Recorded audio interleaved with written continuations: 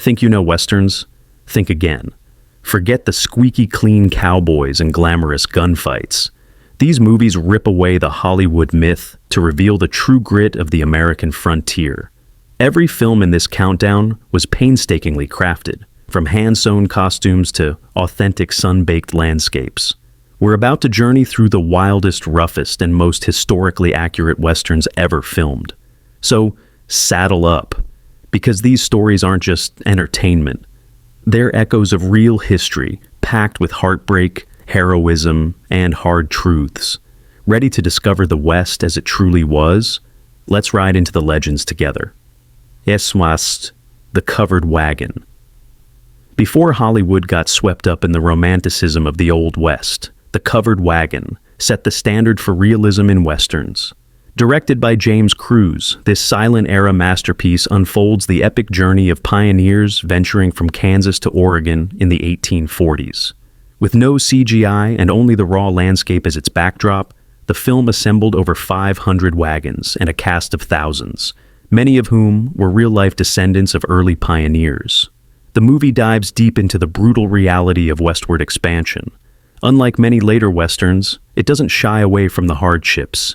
You see snowbound mountains, blazing deserts, starvation, deadly river crossings, and even tense negotiations with Native American tribes. The film's sense of scale is massive. Shot on location in Utah and Nevada, you get an immersive view of just how isolated and dangerous the trail really was.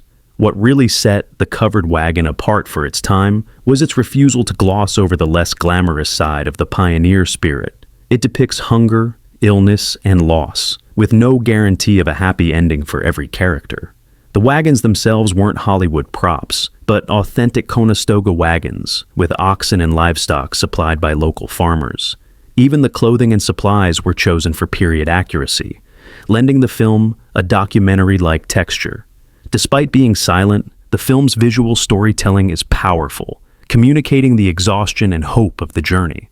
The Covered Wagon was a massive box office hit and is widely credited with launching the Western as a major genre in American cinema.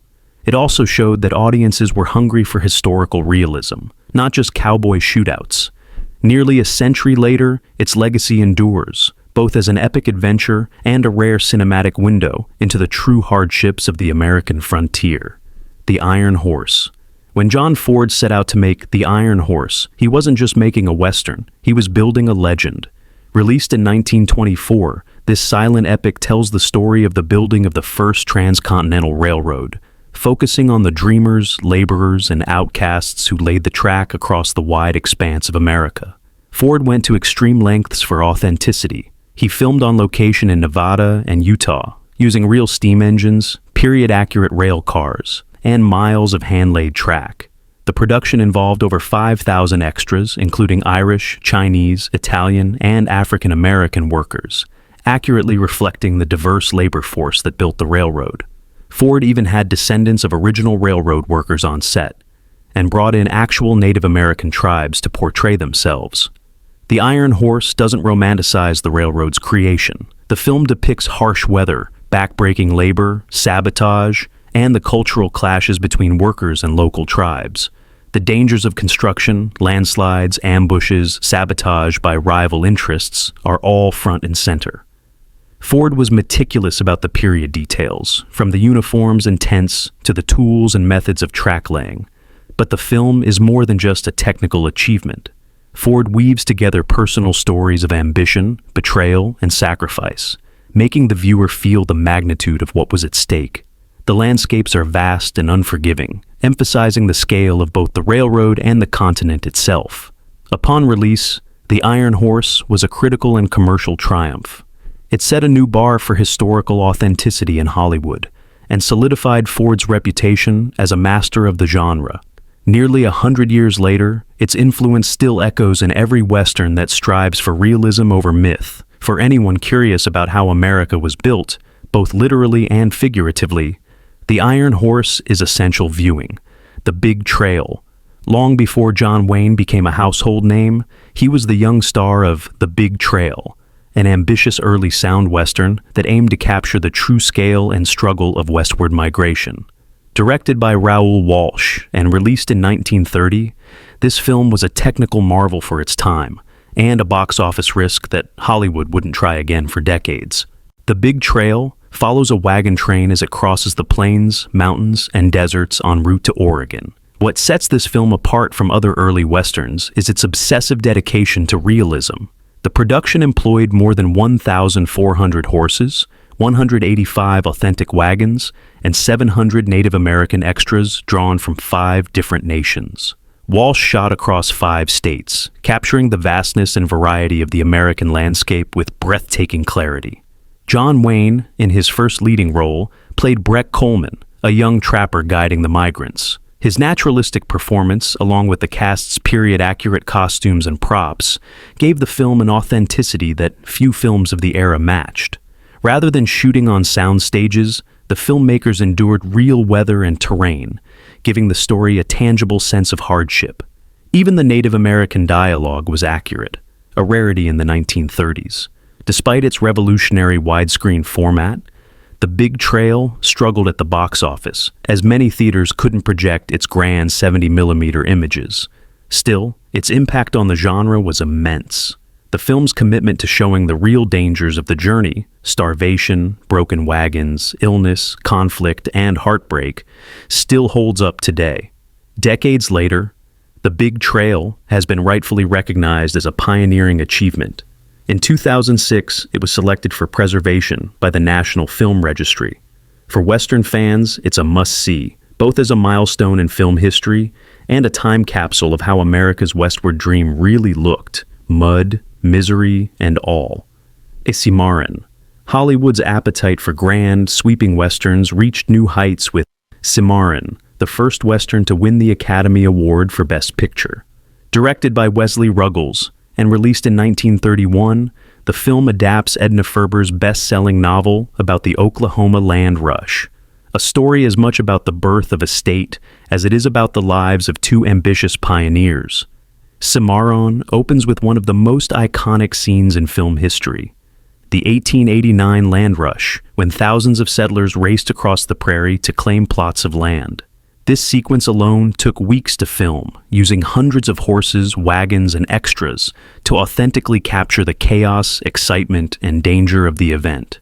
The detail was so precise that many extras used their own family heirlooms, blankets, tools, and clothes passed down from real pioneers. The film doesn't just stop at spectacle. It chronicles 30 years of rapid change, following Yancey and Sabra Cravat as they helped build a boomtown into a thriving city. The sets, costumes, and makeup age with the characters, depicting how quickly the West moved from tents and dirt roads to bustling streets and grand hotels. The script tackles the racism, violence, and greed that came with expansion, subjects often glossed over by more sanitized westerns. Simarin was a massive production, and its attention to period detail was groundbreaking for the era. From authentic weapons and wagons to the diverse cast representing the multi-ethnic makeup of the West, the film strove for accuracy at every turn. Its influence was immediate, inspiring decades of westerns that aimed for the same scale and realism. While some attitudes have aged, Simarin remains a cornerstone of Golden Age Hollywood and a testament to the West's chaotic, transformative energy. For anyone interested in how myth meets reality on the silver screen, Simarin is a touchstone. Arizona. By 1940, westerns were usually formulaic: white hats versus black hats, good guys riding into the sunset. But Arizona, directed by Wesley Ruggles and starring Jean Arthur and William Holden, aimed for something much more ambitious. Set in 1860s Tucson, this film is notable not only for its strong female lead, but also for its meticulous recreation of frontier life. Arizona wasn't content with Hollywood backlots. The filmmakers built an entire town from scratch, known as Old Tucson, on the edge of the Sonoran Desert. Every building, street, and detail was modeled after real frontier architecture and local history. The extras, livestock, wagons, and even the dust feel completely authentic, so much so that the set would go on to be used for countless westerns in the years to come. Jean Arthur's character, Phoebe Titus, is loosely based on real women who defied gender roles to become entrepreneurs and community leaders in the West. The film highlights the challenges she faces, not just outlaws and hostile territory, but also the everyday grind of moving freight, building roads, and creating a settlement in a harsh, lawless environment. The dialogue, costumes, and technology are all true to the era, right down to the handmade tools and period firearms. Arizona was released during World War II, when America was looking for stories of courage and perseverance. Its commitment to realism, combined with strong storytelling and vivid cinematography, helped it stand out in a crowded field of westerns. Today it's celebrated as a hidden gem from the Golden Age, offering a rare, grounded look at how the West was really won, one wagon load at a time. Shane. No list of historically accurate westerns is complete without Shane. Directed by George Stevens, this 1953 classic has become the gold standard for both authenticity and emotional depth in the genre. Adapted from Jack Schaefer's novel, Shane is set in post-Civil War Wyoming and centers on a mysterious gunfighter drawn into the conflict between homesteaders and a ruthless cattle baron. The film is celebrated for its portrayal of the real land wars that defined the era. Homesteaders, trying to carve out a living under the Homestead Act, clash with ranchers desperate to maintain the open range for their cattle. Shane avoids simple good versus evil storytelling. Instead, every character has depth and motivation. Ranchers aren't cartoon villains, but people facing the end of their way of life. Stevens was fanatical about realism. He shot in Jackson Hole, Wyoming, using natural landscapes and period-accurate costumes, tools, and even speech patterns. The violence, when it comes, is sudden and brutal, reflecting the real danger of frontier life. Famous for its groundbreaking gunfight choreography, Stevens used hidden wires to yank actors backwards when shot, making the violence feel raw and shocking. Jean Arthur, who plays the female lead, came out of retirement for the film, adding gravitas to a cast that includes Alan Ladd, Van Heflin, and Jack Palance. Every performance feels lived in, grounded in the dust and desperation of the time. Shane was both a critical and commercial success, influencing generations of filmmakers, from Clint Eastwood to Quentin Tarantino. It remains a touchstone for anyone who wants to see the real heart of the Old West. Messy, moral, and unforgettable. Isur. How the West was won. If ever there was a film that tried to show the full sweep of American Western history, it's How the West Was Won. Released in 1962 and directed by an all-star team, Henry Hathaway, John Ford, George Marshall, this epic uses the innovative cinerama process to tell the interconnected stories of several generations from 1839 to 1889. The production was enormous, filmed across 5 states with a cast of thousands, including legends like James Stewart, John Wayne, Henry Fonda, and Debbie Reynolds. Every set, costume, and prop was crafted for historical accuracy, whether it was a riverboat on the Mississippi, a Civil War battlefield, or a lawless boomtown in the West. The filmmakers hired historians to consult on every aspect, from the weapons to the railroad construction, ensuring that nothing felt out of place. One of the movie's greatest strengths is how it links major events, the gold rush, the building of the railroads, Native American displacement, and the closing of the frontier, through the eyes of ordinary people. The sprawling narrative doesn't gloss over the hardships, betrayals, and moral gray zones that defined the era. Real Native American tribes participated in the filming, lending authenticity to the large-scale battle scenes. How the West Was Won was a massive box office hit and the second highest grossing film of 1963. Its legacy is not just its size, but its commitment to showing that the West wasn't built by lone gunfighters or outlaws. It was built by families, workers, and dreamers, one tough mile at a time. For viewers today, it remains a visually stunning, emotionally resonant journey through America's most transformative century. The Great Silence. When most people think of spaghetti westerns, they picture stylish violence and wild flights of fantasy. But The Great Silence, directed by Sergio Corbucci in 1968, is a rare example that goes in the opposite direction, toward a bleak, unvarnished realism that's as haunting as it is unforgettable. Set in the snowbound mountains of Utah during the 1890s, The film centers on a mute gunslinger hired to defend persecuted outlaws and settlers against ruthless bounty hunters. Corbucci ditches the sun-baked deserts of his Italian peers for icy landscapes and a story that's as much about survival as it is about gunplay. The costumes, weapons, and even the harsh weather conditions are meticulously researched. The Great Silence stands out for how it captures the lawlessness of post-Civil War America, especially in remote frontier towns. The bounty hunters, led by Klaus Kinski's chilling villain, aren't glamorized. They're portrayed as opportunists taking advantage of a broken system. The film's depiction of violence is realistic and shocking, with no promise of justice or redemption. When it was released, its bleak ending was considered too dark for American audiences. The studio refused to distribute it in the US until decades later. Corbucci's commitment to authenticity extended to everything from the period-accurate firearms to the muddy, snow-choked villages. Even the food and dialects reflect the melting pot that was the American West. Over time, The Great Silence has gained a cult following among critics and filmmakers, cited as an influence by Quentin Tarantino and others. For anyone who wants a Western stripped of myth and filled with cold, hard reality, this film is essential. Monty Walsh. By the time Monty Walsh hit theaters in 1970, the world of the cowboy was long gone. But this film is all about what it felt like to watch that world fade away.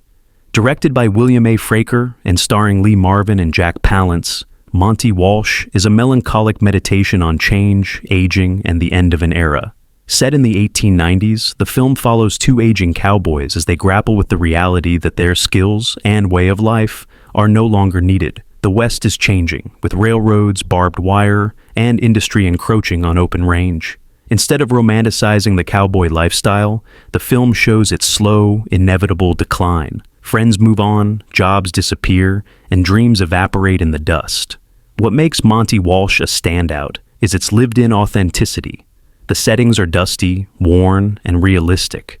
The costumes look like they've seen years of use, and the dialogue is full of dry wit and genuine feeling. Fraker, a renowned cinematographer, brings a painterly eye to the Western landscape, capturing both its beauty and its loneliness.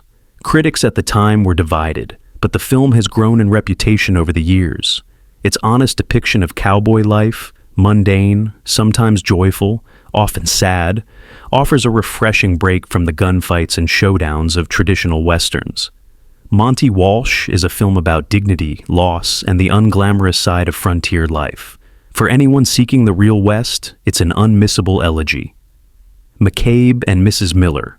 Robert Altman's McCabe and Mrs Miller is not your standard Western, and that's exactly why it's hailed as one of the most authentic. Released in 1971, this revisionist classic flips the genre on its head, focusing not on outlaws and gunfighters, but on ambition, greed, and survival in the muddy, unforgiving frontier towns of the Pacific Northwest. The film tells the story of John McCabe, Warren Beatty, a gambler and entrepreneur who teams up with the shrewd and practical Mrs. Miller to build a profitable brothel in a rough mining town. The town itself is still being built as the story unfolds. Roofs are unfinished, walls go up as winter approaches, and people huddle in the cold. Altman shot the film in British Columbia during real winter, giving the visuals a chilling authenticity. What sets McCabe and Mrs. Miller apart is its attention to the mundane details of frontier life.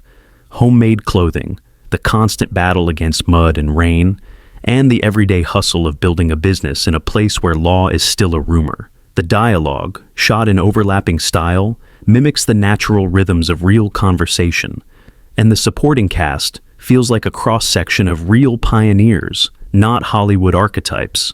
Altman was uninterested in myth-making. He shows how money and power, rather than guns, shaped the West. Critics have called it one of the saddest films ever made, but also one of the truest. For viewers, McCabe and Mrs. Miller offers a window into a world where survival depended less on heroism than on adaptability, cunning, and luck. Ozannas Raid. In the pantheon of revisionist westerns, Ozannas Raid stands as one of the most unflinching depictions of Native American warfare and frontier life. Directed by Robert Aldrich and released in 1972, the film centers on the real-life Apache war chief Ozanna, who led deadly raids against settlers in the Arizona Territory during the 1880s. The story follows a U.S. cavalry unit tasked with tracking down Ozanna and his warriors. Rather than falling into stereotypes, the film presents both the Apache and the soldiers as complex, strategic, and brutally realistic. Burt Lancaster plays a seasoned cavalry officer who knows the futility and horror of frontier combat, while Bruce Davison's young lieutenant brings naive idealism to a world that chews it up. What makes Ozannas Raid remarkable is its refusal to romanticize either side. The violence is sudden and devastating, and the motivations of both the Apaches and the cavalry are depicted with nuance. Aldrich worked with Apache consultants to ensure the accuracy of the costumes, tactics, and traditions depicted. The film also authentically recreates the harsh Arizona landscape, with dust, heat, and exhaustion baked into every frame. Upon release, the film drew praise for its realism and tough-minded storytelling. Quentin Tarantino has called it his favorite Western of the 1970s, and critics today regard it as one of the genre's most honest explorations of war, colonialism, and cultural collision. If you want a Western that pulls no punches and tells the truth about how the frontier was really fought for, Ozannas Raid is essential. The Culpeper Cattle Company. The early 1970s saw a wave of Westerns trying to peel back the myth and reveal the real grit underneath. And The Culpeper Cattle Co. may be the grimiest of them all. Directed by Dick Richards and released in 1972, this film is a raw, unglamorous look at the cattle drives of the late 19th century. The story centers on Ben Mockridge, a young man who talks his way into joining a cattle drive across hostile territory. Unlike the clean-shaven cowboys of earlier Hollywood, these men are dirty, tired, and often desperate. The movie's violence is sudden and ugly, with no romanticizing of gunfights or justice. When someone steals cattle or horses, they don't get a trial, they get hanged. The production team worked closely with historians to nail every detail, from the clothing and weapons to the language and food. Even the remoteness of the shooting locations was chosen to match the real routes of historic cattle drives. The result is a Western where you can almost smell the sweat, leather, and dust. The Culpeper Cattle Co. wasn't a box office hit, but it's become a cult classic for Western aficionados who crave authenticity. Its commitment to historical truth, combined with gritty cinematography and a memorable score, makes it one of the truest depictions of what life on the trail was really like. If you've ever wondered what it was like to be a cowboy, warts and all, this film is your answer. The Ballad of Gregorio Cortez. Not all great Westerns are about cowboys or outlaws. The Ballad of Gregorio Cortez, directed by Robert M. Young and released in 1982, tells the true story of a Mexican farmer in Texas who becomes a folk hero after a tragic misunderstanding leads to an epic manhunt. It's one of the most naturalistic, authentic films about the American borderlands ever made. Edward James Olmos gives a powerful performance as Gregorio Cortez, a man forced to run after killing a sheriff, an act triggered by a mistranslation. The film is remarkable for its commitment to realism. The dialogue is mostly in Spanish and English, reflecting the actual linguistic confusion that sparked the incident. The movie meticulously recreates the 1901 setting, from the clothing and weapons to the dusty, sun-baked towns of South Texas. The Ballad of Gregorio Cortez is almost documentary-like in its approach. The legal system, racial prejudice, and hardships faced by Mexican Americans are depicted with unsparing honesty. There's no stylized violence or heroic grandstanding, just the slow grind of survival and injustice. Director Robert M. Young shot in real Texas locations and employed a cast of local actors and historians to ensure authenticity. Though it didn't find a wide audience upon release, the film has since been hailed as a landmark of Chicano cinema and a vital piece of American history. For those looking for a Western that tells the truth about the borderlands, complex, tragic, and deeply human, this film is a must. The Last of the Moheakans. While not a traditional cowboy Western, Michael Mann's The Last of the Moheakans is one of the most celebrated films about the early American frontier. Released in 1992 and starring Daniel Day-Lewis, the film is set during the French and Indian War, a period rarely depicted with such care and accuracy. The story follows Hawkeye, a white man adopted by the Moheakan tribe, as he becomes embroiled in the fight for control over the New York wilderness. Mann and his team went to extraordinary lengths to recreate the era. Costumes, weapons, and even military tactics were researched with input from historians and Native American consultants. The cast underwent intensive training to use period-correct muskets, tomahawks, and survival skills. The movie captures the complexity of colonial America, with multiple European powers, native tribes, and settlers all vying for land and survival. The recreation of Fort William Henry, the siege, and the surrounding wilderness is so immersive that it feels like stepping into another world. The Mohican and Huron characters speak their own languages, and the film treats Native American cultures with respect and nuance rarely seen in Hollywood. The Last of the Moheakans was both a critical and box office success, praised for its cinematography, score, and especially its authenticity. While it takes some dramatic liberties, the heart of the film is grounded in real history, bloody, tragic, and profoundly human.